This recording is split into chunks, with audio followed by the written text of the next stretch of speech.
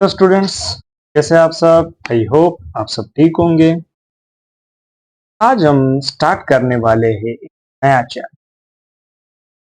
तो ये चैप्टर हमारे पास है फंक्शन एंड ये एक नया चैप्टर। अब देखो, आज इसका हमारे पास इंट्रोडक्टरी लेक्चर्स भी है। इंट्रोडक्टरी लेक्चर है लेक्चर नंबर 1। लेकिन इस लेक्चर में हम तो इंट्रोडक्शन करेंगे कैलकुलस। कैलकुलस क्या होता है, कितनी तरह का कैलकुलस होता है, ठीक है, इसकी इंट्रोडक्शन करेंगे। और उसके बाद फंक्शंस देखेंगे। फिर फंक्शंस के डोमेन एंड रेंज देखेंगे। अब देखो, इस चैप्टर में हम पहले सीरीज स्टार्ट करेंगे फंक्शंस, फिर उसके बाद उस फंक्शंस के लिमिट में। चलिए स्टार्ट करते हैं वन बाय वन। तो सबसे हमारे पास जो है इंट्रोडक्शन टू कैलकुलस। अब देखो, इंट्रोडक्शन टू कैलकुलस क्या है? देखो, सबसे बात आती है कैलकुलस होता क्या? कैलकुलस, व्हाट इज कैलकुलस या कैलकुलस या कैलकुलस? देखो, कैलकुलस का मैं definition, study is study of mathematics of,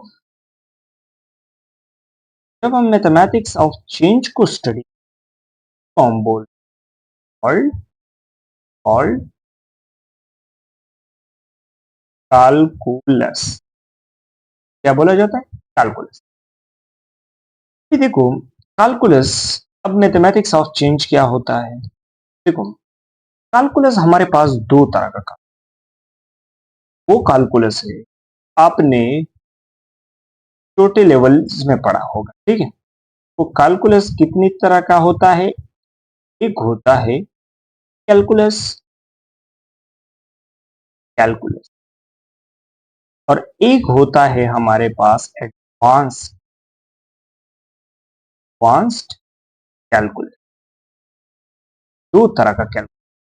तो ये वो कैलकुलस है जो आपने 9th स्टैंडर्ड 10th स्टैंडर्ड में पढ़ा है, ठीक है। जो जियोमेट्रिकल प्रॉब्लम है, जो मीन निकालना है, मीडियन है, ठीक है, ट्राइंगल वगैरह में पढ़ा होगा ना। तरह के हम एक मतलब ट्राइंगल बनाते हैं, उसका मीन निकालते हैं, मीडियन निकालते हैं। मीडियन क्या होता है? वो है सेंट्रोइड क्या होता है, ठीक है।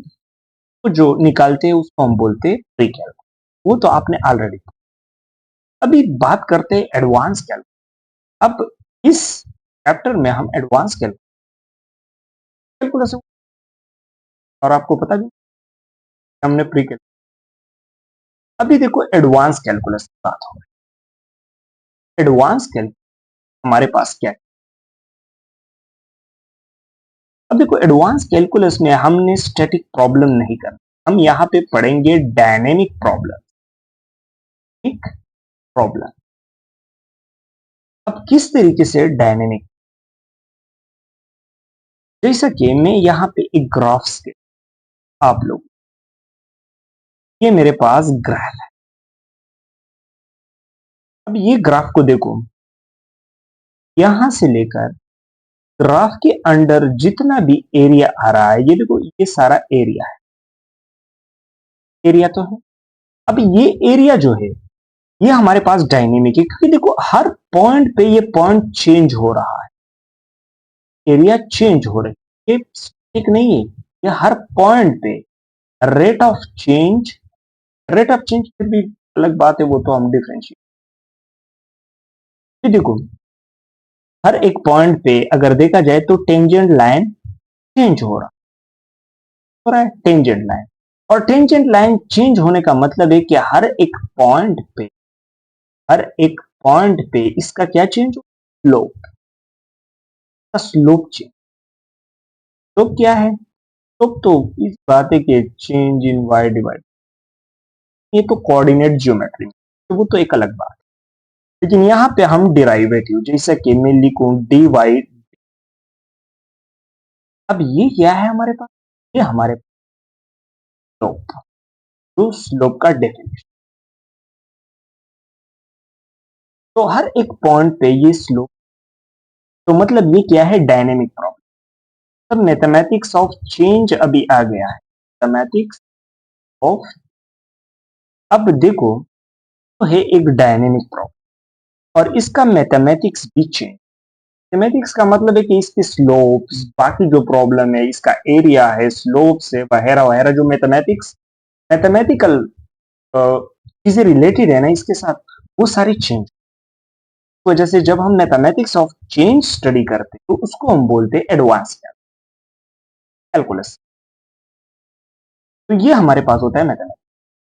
अब एक और एग्जांपल में, अब मेरे पास यहाँ पे एक और ग्राफ है, देखो। अब ये मेरे पास एक ग्राफ है, ये ग्राफ है, देखो बिल्कुल। अब यहाँ पे देखो, जो स्लोप है हर एक पॉइंट पे कांस्टेंट, देखो ये थीटा हर एक पॉइंट पे कांस्टेंट, एक पॉइंट पे ये कांस्टेंट, क्या हो रहा है, नॉट चेंज इस स्लोप, स्लोप चेंज नहीं हो रहा। अगर इसका स्लोप चेंज नहीं हो रहा है तो ये हमारे पास क्या है, स्टैटिक प्रॉब्लम। क्या है, स्टैटिक प्रॉब्लम। अब अगर ये स्टैटिक प्रॉब्लम है, देखिए ये स्टैटिक, तो जैसे स्टैटिक है क्योंकि यहाँ पे स्लोप चेंज प्रॉब्लम है। इसको तो हम नॉर्मल कैलकुलस या नॉर्मल प्री कैलकुलस से सॉल्व कर सकते हैं, ये थीटा निकाल सकते हैं, कोऑर्डिनेट ज्योमेट्री हमारे पास, बाकी टूल्स, ठीक है, वो तो हम कर सकते हैं। लेकिन वो जो ऊपर वाला एग्जांपल है, एरिया काउंट करना, ये जो है एरिया काउंट करना काफी मुश्किल, ये एरिया इंटीग्रेशन से, तो इस वजह से किसी दिक्कत आ सकती है। अब इसके बाद हमारे पास फाउंडर क्या था कैलकुलस, फाउंडर ऑफ के फाउंडर्स कौन से, देखो कैलकुलस के जो फाउंडर्स थे वो दो थे। एक हमारे पास था न्यूटन और एक हमारे पास था लेबनीज। लेबनीज, देखिए, अब देखो न्यूटन जो फाउंडर था कैलकुलस, उन्होंने कैलकुलस को अप्लाई किया था, मतलब यूज किया था फिजिक्स, जो फिजिक्स है, मैकेनिक्स, कैलकुलस को इन्होंने इन्वॉल्व कर दिया था। और कैलकुलस अभी तो फिजिक्स बहुत ज्यादा इस्तेमाल, अब वगैरह वगैरह, जितने भी ऑसिलेशंस हो रहे हैं, वेव्स हो रहे हैं, उसमें ये कैलकुलस इन्वॉल्व। लेकिन लेबनीज ने क्या किया, इन्होंने यूज किया मैथमेटिक्स के ज्योमेट्रिकल प्रॉब्लम को सॉल्व करना, ज्योमेट्रिकल प्रॉब्लम को सॉल्व, यानी जो ज्योमेट्री है, ज्योमेट्रिकल प्रॉब्लम है, उसको सॉल्व करने के लिए यूज कर लेबनीज ने, और फिजिक्स यूज कर दिया किसने, तो ये दो फाउंडर्स थे। अब कैलकुलस एक तो प्री कैलकुलस, एक तो एडवांस कैलकुलस। अब एडवांस कैलकुलस दो पार्ट, एडवांस कैलकुलस, अभी जो हमारे पास एडवांस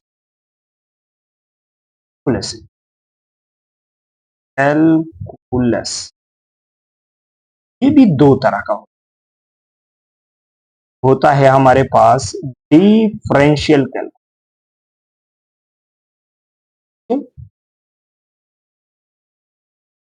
और एक होता है हमारे पास इंटीग्रल कैलकुलस। क्या होता है, इंटीग्रल कैलकुलस। अब इंटीग्रल, अब यहाँ पे डिफरेंशियल कैलकुलस में हम डेरिवेटिव्स निकालते हैं, डेरिवेटिव के साथ डील करते हैं, और इंटीग्रल कैलकुलस में एंटी डेरिवेटिव। अब बेसिकली जो मतलब बहुत ज्यादा टीचर्स बताते हैं कि मतलब डिफरेंशियल कैलकुलस सिर्फ स्लोप निकालने के लिए, ये बहुत गलत बात है, ठीक है, सिर्फ स्लोप निकालने के लिए बहुत ज्यादा चीज, बहुत ज्यादा वाइडर एप्लीकेशन, और हायर ऑर्डर डेरिवेटिव्स आएंगे फिर वो, ठीक है, बहुत सारा रियल लाइफ में इस्तेमाल होते हैं, सिर्फ स्लोप निकालने के लिए, लेकिन वो समझाने के लिए और इंटीग्रेशन एरिया निकालने के लिए। एरिया हम निकालते वो उसकी इंटीग्रेशन इरेगुलर शेप निकालते, चलिए हम करते। इंटीग्रेशन भी दो तरह के होते हैं, एक डेफिनेट इंटीग्रल होते हैं, एक डेफिनेट, फिर वो एक अलग कहानी है, ठीक है। उस पे हमारे साथ एक चैप्टर्स बने, तो कैलकुलस की हमने जर्नी स्टार्ट, इसके हम इस चैप्टर में बेसिक्स पढ़े, यानी लिमिट्स और फंक्शन। अब देखो फंक्शन और लिमिट्स के अलावा आप कैलकुलस नहीं, तो उसमें सारे जो मैं डेरिवेटिव स्टार्ट करूंगा तो अभी उसमें लिमिट इन्वॉल्व होगी, फिर आप कहोगे कि लिमिट क्या है। पहले कि आप लिमिट पढ़े, ये देखो सीक्वेंस में पढ़ना है, पहले फंक्शंस, फिर लिमिट्स, फिर हमारे पास डिफरेंशियल कैलकुलस, फिर इंटीग्रल, तब आपको समझ में आएगा। वरना अगर आप डायरेक्ट कैलकुलस मतलब इन डिफरेंशियल स्टार्ट कर दो या इंटीग्रल स्टार्ट कर दो सब कुछ, तो इस वजह से। अच्छा, अब नेक्स्ट क्या है हमारे पास, तो डेफिनेशन। अभी नेक्स्ट है हमारे पास फंक्शन, तो फंक्शन डेफिनेशन यहाँ पे लिखा है, यहाँ पे आप डेफिनेशन फंक्शंस का आप मतलब बहुत ज्यादा टीचर जो नहीं, यहाँ पे बहुत सिंपल सा डेफिनेशन कि फंक्शंस होते क्या। अब देखो ये डेफिनेशन क्या कहता है कि if a variable y depends on variable x such a way that each value of x determines exactly one value of y, then we call it y is a function. अभी देखो मतलब ये हुआ कि हमारे पास अगर यहां पे है एक फंक्शन और यहां पे है x की और यहां पे है y की और यहाँ पे है सपोज ए बी है, बी बी और यहाँ पे 1 2, ठीक है। तो यहाँ पे ये ए वैल्यू जो है ना, ये एग्जैक्टली आप देखो determine exactly one value of y, तब यहाँ पे क्या मिल गई, ठीक है ना। तो ये एग्जैक्टली वन वैल्यू है, मतलब ये जो v यहाँ से यहाँ तक बन रहा है ना, v यहाँ पे बन रहा है, क्या बन रहा है v, वो इस तरह का v होना चाहिए, इस तरह का, तो इस तरह का v अगर आता है फंक्शन फिर नहीं होता। तो एक वैल्यू पे दो वाइज तो नहीं आ सकते, दो वाइज तो नहीं आ सकते, हाँ इस तरह से आ सकता है, ये भी वही टू आ, इस तरह का v फंक्शन में एप्लीकेबल नहीं है, लेकिन इस तरह का v एप्लीकेबल है ये फंक्शन। अब देखो x की एक वैल्यू पे ईच वे एग्जैक्टली वन वैल्यू होना चाहिए, तब हमारे पास ये फंक्शन कहलाएगा, y is a function of. और आइलर के मैथमेटिशियन है आइलर, और इस आइलर जो है ना, आइलर भाई कंट्रीब्यूशन काफी कंट्रीब्यूशन जो है ना, इसका कंट्रीब्यूशन वो सैंपल्स में बहुत ज्यादा, जहां पे भी आपको सैंपल देके वो सारे इन बंदे ने दिए। अभी देखो फंक्शन को क्या सिंबल दिए कि y is equal to f of, यानी y is a function of x। तो ये कितना आसान हो, तो हम इस तरह से भी लिख सकते हैं y is a function of. देखो दुनिया में अगर देखा जाए तो हर जगह पे फंक्शन, हर जगह पे फंक्शन, यानी मतलब हर जगह पे आप एक चीज दूसरे के ऊपर डिपेंड, जब एक चीज दूसरे के ऊपर डिपेंड करती है तो वहां पे फंक्शन होते। जैसा कि अगर आप यहाँ पे फॉर एग्जांपल मैं आपको एक रियल नंबर एग्जांपल देता हूँ कि अगर एक रेसिंग कार है, यहाँ पे एक रेसिंग कार, अब देखो ये रेसिंग कार किस चीज पे डिपेंड, हर एक चीज हो रहा है। तो अगर ये एक अच्छा रेसर मतलब एक अच्छा रेसिंग कार है, तो मतलब इसमें डीजल या पेट्रोल ये इसके ऊपर डिपेंड करता है, मतलब ये वाई है और ये एक्स है। अगर पेट्रोल के बिना गाड़ी तो नहीं चल सकती, अगर पेट्रोल नहीं है ये तो नहीं भागेगी ना, रेस नहीं कर सकता, मतलब ये पेट्रोल पे डिपेंड करता है। तो ये भी एक रियल लाइफ का एक फंक्शन का एग्जाम्पल, बहुत ज्यादा है, आप देख सकते हैं, ठीक है, बहुत ज्यादा है। अभी फंक्शन को हम अब देखो यहाँ पे मैंने आप लोगों के लिए एक,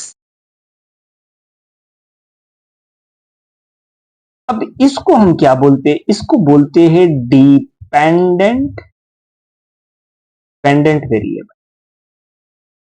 डिपेंडेंट वेरिएबल, और इसको हम बोलते हैं इंडिपेंडेंट, को बोलते हैं इंडिपेंडेंट वेरिएबल। तो आर्ग्यूमेंट्स भी, आर्ग्यूमेंट सी प्लस प्लस वाले आर्ग्यूमेंट जो फंक्शंस प्लस प्लस तो मतलब एक अलग कहानी, तो आर्ग्यूमेंट्स भी बोला जाता है, आर्ग्यूमेंट ऑफ, या इसको इंडिपेंडेंट वेरिएबल भी बोला, क्योंकि देखो एक्स को जब आप पुट करोगे, इसमें इनपुट दोगे इस एक्स को, तो वो आपको आउटपुट देगा। अगर एक्स नहीं है तो वाई तो इसके ऊपर डिपेंड करती है, क्योंकि अगर एक्स इसको नहीं दोगे तो वाई तो वैल्यू नहीं मिलेगी ना।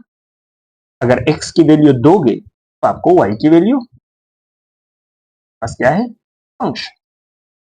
अब फंक्शंस को बहुत ज्यादा, अगर मैं एग्जांपल ले लो, हम एक 1 बाई 1 फंक्शन। अब देखो जो फंक्शंस है वो दो कैटेगरी, जो हम हमारे सिलेबस, ठीक है, एक होते हैं अलजेब्राइक फंक्शन, और एक होते हैं ट्रांसेंडेंटल, स्पेलिंग में थोड़ी सी मिस्टेक, ट्रांसेंडेंटल फंक्शन, ठीक है। तो ये दो तरह के फंक्शन है, पहले हम अलजेब्रिक फंक्शन पढ़ेंगे, फिर उसके बाद ट्रांसेंडेंटल। अब अलजेब्रिक फंक्शंस में एब्सोल्यूट फंक्शंस है, कॉम्पोजिट फंक्शंस है, और इसमें फिर ट्रिग्नोमेट्रिक फंक्शन, लॉगरिथमिक, सारे हम 1 बाई 1 ये, ठीक है। लिमिट्स कैसे निकाला जाता है, ये हमारे पास थे फंक्शंस। अब इसके बाद क्या है, इसके बाद है हमारे पास डोमेन एंड रेंज। अब डोमेन्स क्या होते हैं, काफी सिंपल, और रेंज काफी सिंपल, ये हमारे पास है करिए। अब मैं आपको कुछ बेसिक्स बता, ये डोमेन का बेसिकली मतलब क्या होता है। देखिए डोमेन का कोई भी मतलब नहीं होता है, इसका बस ये मतलब है कि इनपुट देना, किसी फंक्शन को इनपुट देना। और रेंज का मतलब क्या होता है, रेंज का मतलब होता है किसी आउटपुट, यानी कोई भी फंक्शन जब आपको आउटपुट देता है तो उसको हम रेंज देते हैं, और जब आप उस फंक्शन को इनपुट देते हैं उसको हम डोमेन। अब देखो इस फंक्शन को हम क्या दे रहे हैं, एक्स की वैल्यू दे रहे हैं इनपुट, ये इसका क्या है, डोमेन, और वाई इसका क्या है, रेंज, क्योंकि ये हमें आउटपुट में मिल रहा है। अब देखो अगर मैं एक एग्जांपल ले, देखो यहां पे मैं एक एग्जांपल ले, एग्जांपल है कि एफ ऑफ 1, और अब देखो ये एक्स इसका क्या है, डोमेन है। अब इसको हम इस तरह से भी लिख सकते हैं, वाई इज इक्वल टू के ऑफ एक्स वाई के बराबर होता है, ये भी हमारे पास। अब एक्स क्या है, लेकिन आपने वो वैल्यू इस डोमेन को देने हैं जिसपे ये फंक्शन डिफाइंड। हाँ अब देखो अगर मैं इसको दे दूं x is equal to minus, y is equal to 1 और 2 माइनस 2 1 और 0 आ जाएगा, तो ये कौन सा स्टेप, ये मैथमेटिकली अनडिफाइंड स्टेप। तब -2 इसके डोमेन में नहीं, आप इसके डोमेन में -2 नहीं दे सकते। अब क्यों नहीं दे सकते, कि इस मैथमेटिकली अनडिफाइंड, डिफाइंड, अनडिफाइंड, ये हमारे पास क्या है, अनडिफाइंड। अच्छा अब जब अनडिफाइंड थे तो आप इसको नहीं दे सकते, और रेंज जो आपको रेंज मिलता है, ठीक है। अब रेंज तो हमारे पास ऑल रियल नंबर है, ठीक है, और डोमेन हमारे पास क्या है, ऑल रियल नंबर है -0 के अलावा, ठीक है, ऑल रियल नंबर है और 0 के अलावा। तो ये हमारे पास डोमेन्स थे और रेंज थे। तो अगली वीडियो में हम फंक्शंस को स्टार्ट करेंगे 1 बाई 1। तो मिलते हैं अगली वीडियो में, थैंक यू।